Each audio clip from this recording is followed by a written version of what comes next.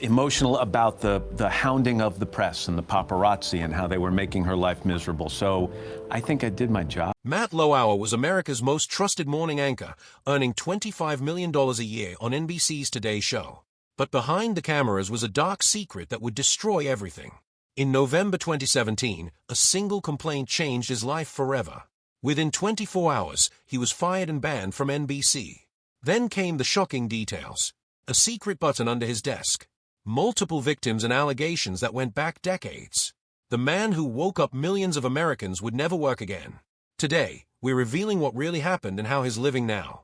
Matt Lauer was born on December 30th, 1957, right in the heart of New York City. His background was far from ordinary.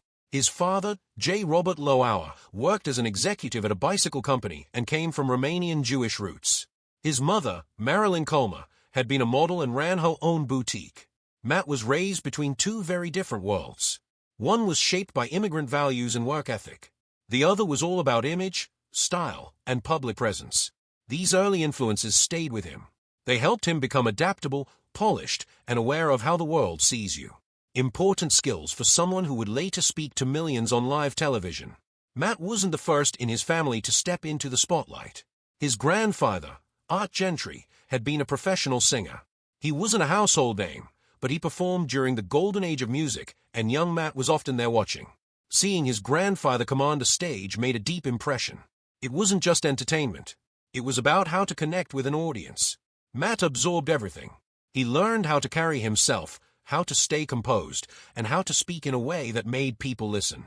These lessons came long before any journalism classes and would later define his on-air style. In the late 1970s, Matt enrolled at Ohio University. He chose communications as his major and was on track to graduate. But in 1979, when he was just 21, he made a bold move. He dropped out just 4 credits short of finishing his degree. He didn't wait around for a diploma. He wanted real experience, and he got it. His first job was as a news producer at WARC in Huntington, West Virginia. It wasn't glamorous, but it was the start. And Matt wasn't just punching the clock. He worked hard, learned fast, and made himself useful. Within a year, he was reporting on camera and had even landed his own talk show segment. That early promotion to on-air reporter in 1980 when he was just 22 showed how fast he was moving. It was unusual for someone so young, especially without a degree. But Matt wasn't typical. He jumped into the deep end, handling both the 6 p.m. and 11 p.m. newscasts in a mid-sized market. These weren't puff pieces. It was live news under pressure. Matt's calm presence, even as a beginner, started turning heads. He didn't just want a job in TV. He wanted to master it. From 1980 to 1986, Matt co-hosted PM Magazine in 3 different cities. First Richmond, then Providence, and finally New York City. It was rare for a host to move markets like that, especially with success each time. PM Magazine was a fast-paced mix of local stories, celebrity segments, and lifestyle content. It wasn't easy to pull off, especially in a different tone for each region. But Matt did.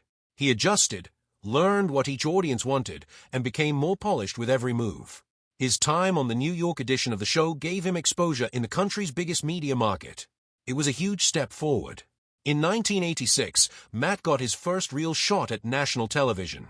ABC launched a show called Fame, Fortune, and Romance, a spin-off of lifestyles of the rich and famous. He co-hosted it with Robin Leach, known for his dramatic voice and tours of celebrity mansions. The show was flashy and indulgent, showing off yachts, private jets, and the lives of billionaires. It didn't last long, less than a year, but it put Matt in front of viewers across the country. He wasn't just a regional name anymore. He was starting to break through. By the late 1980s, Matt was doing something almost no one else could manage. He was working in multiple cities at the same time. From 1987 to 1989, he juggled local hosting gigs in Philadelphia and Boston while also working for ESPN and HBO. He'd report on sports like the Stanley Cup Finals for ESPN and cover entertainment segments for HBO. It meant long hours, constant travel, and very little sleep. People in the industry noticed he was everywhere. Some even joked that he lived at the airport. But that grind paid off. He built a reputation as someone who could do it all. News, sports, entertainment, and do it well. Matt Lauer's time on 9 Broadcast Plaza between 1989 and 1991 wasn't just another local news job. The show ran 3 hours live every day on WWTV in New York. And it didn't take long for things to get strange. Producers started bringing in more wild and controversial guests, trying to ride the wave of early 90s shock TV culture. Lauer didn't like the direction. He clashed with the producers often and even refused to read live ads for a Dial Mattress sponsor, which was rare for someone still building a name. His time there ended abruptly, and when he quit, people like Weird Al Yankovic and Howard Stern briefly took over hosting. That same show later transformed into The Richard Bay Show, which became infamous for things like lie detector tests and Miss Big Butt contests. It went off the rails, but Lauer had already walked away. By 1992, he was almost out of money. He had no regular TV job and was close to bouncing a rent check. Then WNBC TV gave him a lifeline. He was hired to co-anchor Today in New York with Jane Hansen. The show aired early in the morning, but it was enough to get him back on his feet. Just a year later, he was promoted to co-anchor Live at 5, one of the station's prime evening spots. He worked both shows for a while, sometimes appearing on 3 different NBC programs in the same day. The long hours paid off. He gained a reputation for being smooth, dependable, and surprisingly warm for a newsman. His energy stood out. He brought a human touch to stiff formats and made connections with NBC executives. Those early WNBC years helped him get noticed on a national level. Between 1992 and 1997, Lauer became the guy NBC could call for anything. He filled in on Weekend Today, NBC News at sunrise, and even NBC Nightly News when Tom Brokaw was away. His schedule was brutal. He'd be doing weather at dawn, midday news by lunch, and prime news at night. It didn't matter. He kept showing up and doing it well. Within NBC, his name became synonymous with reliability. People noticed his ability to jump into any role without flinching. He wasn't flashy, but he was versatile and consistent. Those years built trust with top executives. That trust led to a turning point in January 1994 when he was named full-time news anchor for the Today Show. From that point, his rise was fast and steady. Even with his growing fame, there was one thing Lauer hadn't finished: his college degree. He had left Ohio University almost 20 years earlier, just 4 credits short. In 1997, at the age of 39, he finally went back. The university's president invited him not only to finish his degree, but also to give the commencement speech. Instead of taking traditional classes, Lauer wrote a paper about how his television career related to what he had studied. That summer, he walked across the stage with the class of 1997, nearly 2 decades after his peers. For him, it wasn't just symbolic, it was something personal. He later said that moment gave him more pride than many of his career achievements. 2 years later, in 1999, Ohio University's Alumni Association awarded him the Medal of Merit in recognition of his work and the inspiration he gave to other late finishers. Matt Lauer's story at NBC began on June 13, 1994, when he officially stepped into the role of news anchor for the Today Show. The show was struggling at the time, losing viewers to Good Morning America. NBC needed a change, and Lauer's presence was exactly that. He wasn't stiff like most network anchors. He had a warmth that made people feel like he belonged in their living room. Within 3 years, he helped turn the tide. Viewers started coming back. He mixed hard news with celebrity interviews in a way that felt new and natural. NBC quickly noticed. They had him fill in for big names like Bryant Gumbel and Tom Brokaw. That kind of trust wasn't usually given to someone so new. But Lauer proved he could handle it. By the time he became co-anchor, his Q rating had soared. He wasn't just popular. He was one of the most bankable names NBC had. In those early years, Lauer built strong relationships with his co-hosts. But it wasn't always easy. Working with veterans like Bryant Gumbel meant learning how to share space on camera and off. Gumbel was known to be controlling. He liked to start the show, lead the big segments, and keep things in his hands. Lauer, who was younger by 9 years, didn't fight it head-on. Instead, he used humor and charm to win people over. With Katie Couric, it was different. Their connection came naturally. Couric later admitted she'd had a crush on Lauer back when he was doing local news. On screen, their chemistry lit up the mornings. They joked, teased, and even finished each other's sentences. It felt like a flirtation, but viewers loved it. The way they played off each other made the show feel fresh. That bond helped make Today feel less like a news broadcast and more like a morning ritual. Lauer didn't just handle the soft stuff. His skills really showed during major news events. Before becoming co-anchor, he was already reporting on big national and global stories. NBC trusted him with live coverage when it mattered most. One of his early challenges came during the Oklahoma City bombing in April 1995. It was a moment when the usual light tone of the show had to change. Lauer was part of that shift. He helped deliver tough news with a calm presence. That moment gave viewers a sense of stability during a tragedy. He also covered the O.J. Simpson trial, walking a fine line between serious reporting and accessibility for mourning viewers. These experiences showed that Lauer wasn't just there for small talk. He was building a reputation as someone you could count on when the world felt uncertain. On January 6, 1997, Lauer was promoted to co-anchor. It was a big step. He was taking over from Bryant Gumbel, a major figure in the industry. The pressure was high. Everyone was watching that first week, waiting to see if he could handle it. He didn't just survive it, he thrived. The ratings that week were the second highest in the show's history up to that point. Audiences responded not just to the news, but to the feeling Lauer and Korak gave off together. Around NBC, he was called the hunk next door. But it wasn't just about his looks. He was sharp, quick on his feet, and knew how to steer an interview.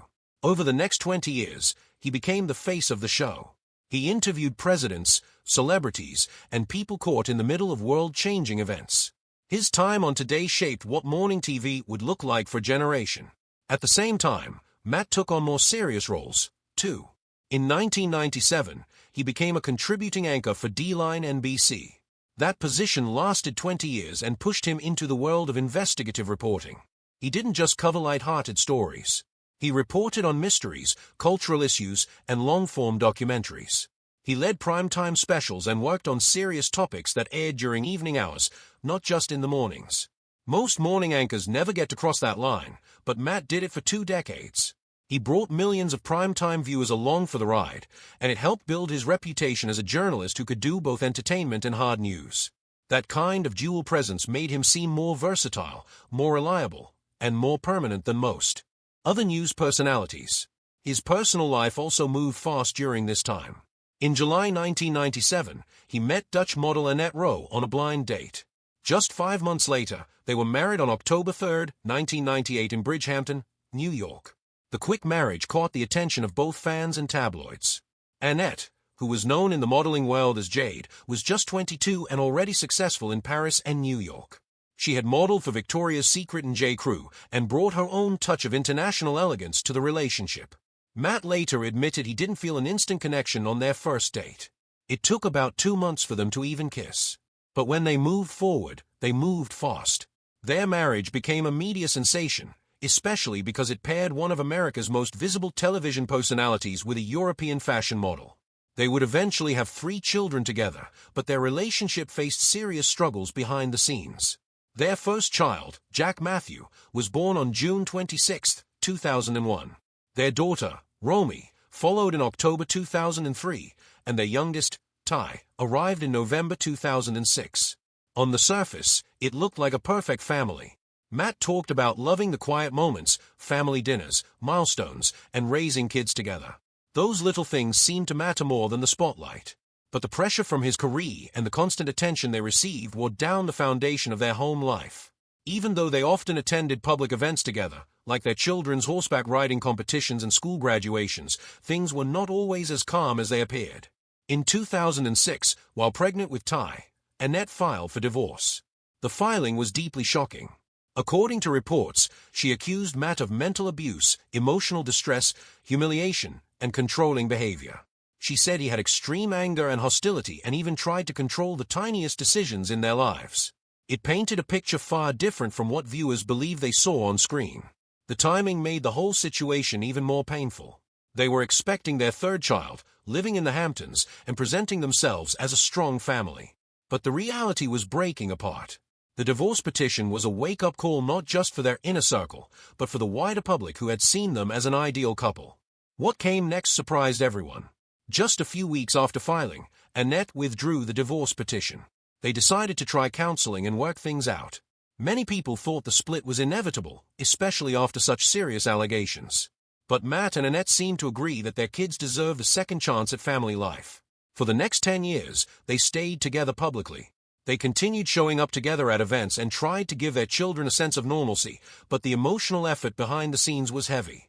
Friends later said that while they looked like a couple, they were often living very separate lives. The reconciliation helped preserve Matt's public image, but it didn't erase the problems that had led to the divorce filing in the first place. The scandal that destroyed Matt Lauer's career began quietly during the 2014 Winter Olympics in Sochi, Russia. At the time, he was one of the most trusted faces on American television, earning $20 million a year as the lead anchor of NBC's Today Show. But behind the scenes, something terrible was happening. A young NBC employee later told the network that Lauer had sexually assaulted her in his hotel room during the Olympics. The details were disturbing, and she said it wasn't a misunderstanding. It was rape. Her name was Brooke Neville, and her account stayed private until Ronan Farrow revealed it in his 2019 book, Catch and Kill. That moment in Sochi would quietly trigger a chain reaction that ended Lauer's career. When NBC got the complaint, they launched an immediate internal investigation. On November 29, 2017, less than a day after receiving the report, NBC fired Lauer. The speed shocked everyone. His co-hosts Savannah Guthrie and Hoda Kotb found out just minutes before they had to announce it live on air. They looked stunned and emotional as they shared the news with millions of viewers. After 20 years on the show, Lauer's exit happened in just hours. But what followed was even more intense. Within 24 hours, at least 3 more women came forward with their own stories of harassment. Their accounts weren't isolated. They showed a clear pattern of behavior that had gone on for years. Some women said they had tried to report him before, but no one listened. Many were too afraid to speak out because Lauer had so much power at the network. As the stories piled up, it became obvious this wasn't just about one man. It was about a workplace culture that let this happen. Then came the most disturbing details. Variety published a report after speaking to dozens of current and former NBC employees. They revealed that Lauer had a secret button under his desk that let him lock his office door from the inside. NBC claimed it was just a standard security feature, but several women said he used it to trap them. The article also said he gave female employees sex toys as gifts, exposed himself to colleagues, and interrogated women about their sex lives. If they resisted him, he mocked or punished them. These weren't rumors. These were first-hand accounts from people who had worked with him for years. It became clear that this was a toxic environment where the abuse had been allowed to continue. One of the most disturbing stories went back to 2001. A former Today Show producer said Lauer called her to his office during the workday. After she walked in, he pressed the hidden button and locked the door behind her. He told her to unbutton her blouse. Then he assaulted her. She said she passed out during the attack and woke up on the floor with her pants undone. Lauer's assistant had to take her to a nurse. She didn't report it because she was afraid it would ruin her career.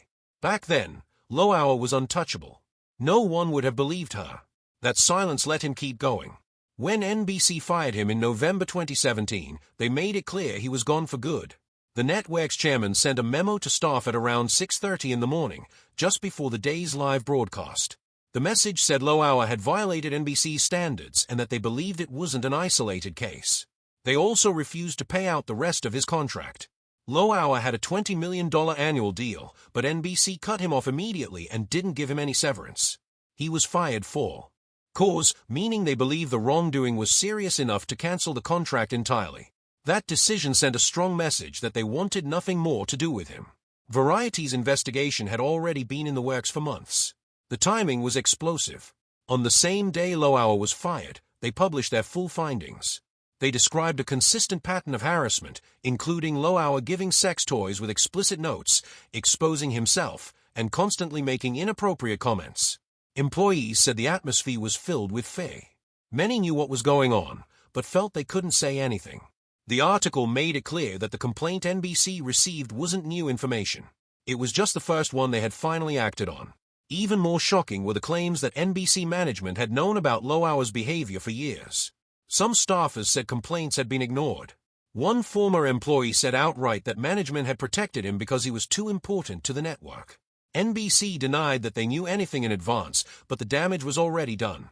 People began to question who else had looked the other way and how many others had suffered in silence. The scandal forced NBC to change its internal policies. They introduced new rules that made it a firing offense to cover up misconduct. Matt Lauer's fall from grace happened fast. One moment he was one of the most trusted faces in American television, and the next he was a ghost. After being fired from NBC's Today Show in late 2017, the man who used to dominate morning news disappeared almost completely from public life. By 2018, many of his closest friends had cut ties. People who once called and texted regularly stopped hearing from him. He didn't return messages. He rarely left home. Some said he went months without speaking to anyone outside his immediate family. The man who used to walk red carpets and host high-profile events suddenly vanished. He retreated to his estate in the Hamptons. There, behind the gates of Strongheart Manor, he tried to become invisible. It was a massive waterfront property he had bought from Richard Gere in 2016 for $36.5 million.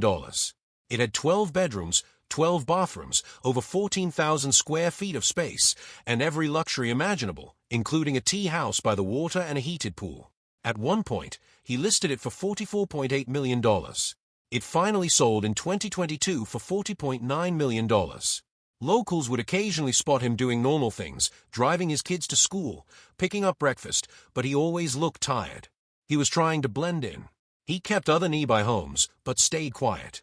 His life, once lived in front of cameras, moved into the shadows. At the same time, his marriage to Annette Rowe came to an end. She was a Dutch model and equestrian, and they had been married for 21 years. They had 3 kids together. When the scandal broke, she separated from him almost immediately. The divorce took nearly 2 years and became final on September 7, 2019. He reportedly agreed to all her terms without a fight. She walked away with as much as $20 million in assets, including full ownership of their horse farm. They continued to co-manage the farm, and the custody arrangement for the kids was described as peaceful. Despite the public attention, they handled it quietly. People close to Lauer said he tried to save the marriage, but Rowe had already made up her mind. Things got worse in October 2019. That's when journalist Ronan Farrow published Catch and Kill, a book that included serious allegations against Lauer. It described an alleged rape of former NBC producer Brooke Neville during the 2014 Sochi Olympics. Lauer denied it, insisting the relationship had been consensual. But the book went deeper than just one story. It painted a picture of a network that had protected Lauer for years. It described a culture of silence at NBC where complaints were buried and powerful people looked the other way. The public was stunned. The news exploded again. Lauer wasn't just a disgraced anchor anymore. He was now a central figure in a larger reckoning about abuse and power in media. In 2020, Lauer finally responded. After 2 years of silence, he wrote a long open letter. He denied the allegations from Neville, saying the relationship had been inappropriate but not criminal. He accused Ronan Farrow of sloppy journalism, claiming the book ignored facts and failed to present his side fairly. He said the media was more interested in sensationalism than truth. He admitted he had made mistakes, but also criticized how the public and press had treated him. The letter was detailed and emotional, but it didn't change much. Most people saw it as a weak attempt to save his reputation. Farrow stood by his reporting. The damage had already been done. As of 2025, Lauer is still living in the Hamptons.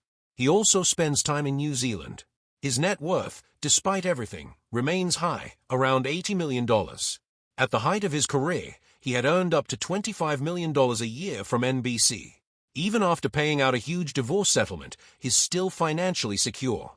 He hasn't returned to television or launched any new projects, and he doesn't need to. He keeps a low profile, enjoying a quiet life of luxury without the attention he once craved. In his personal life, something unexpected happened. In 2019, not long after his divorce, he began dating Shaman Abbas, a longtime friend and luxury brand executive. They had known each other for about 20 years before the romance started. Despite intense interest from the media, they've kept things private. They travel together, attend events occasionally, and split their time between New York and the Hamptons. Abbas is described by friends as deeply supportive. Their relationship has lasted more than 5 years now. They avoid the spotlight and seem content, living a life far removed from Lauer's old one. By 2024, something else shifted. Lauer started reconnecting with old friends. After years of isolation, he began reaching out, sending messages, and making calls. People close to him say he seemed more relaxed. He was spending more time with his children and had found a rhythm in his new life. There were no signs of a comeback.